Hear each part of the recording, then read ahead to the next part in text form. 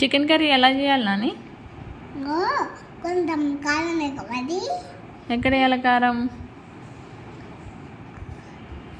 Bowl వేయాలి, mixing చేయాలి. Mixing చేయాలి. నెక్స్ట్ చికెన్ వేయాలి కొంచెము.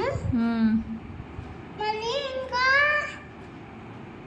కొంచెం లేటుగా తాత వేసుకోవాలి. వేసుకొని మళ్ళీ వండే తర్వాత పెట్టుకొని పెట్టాలి.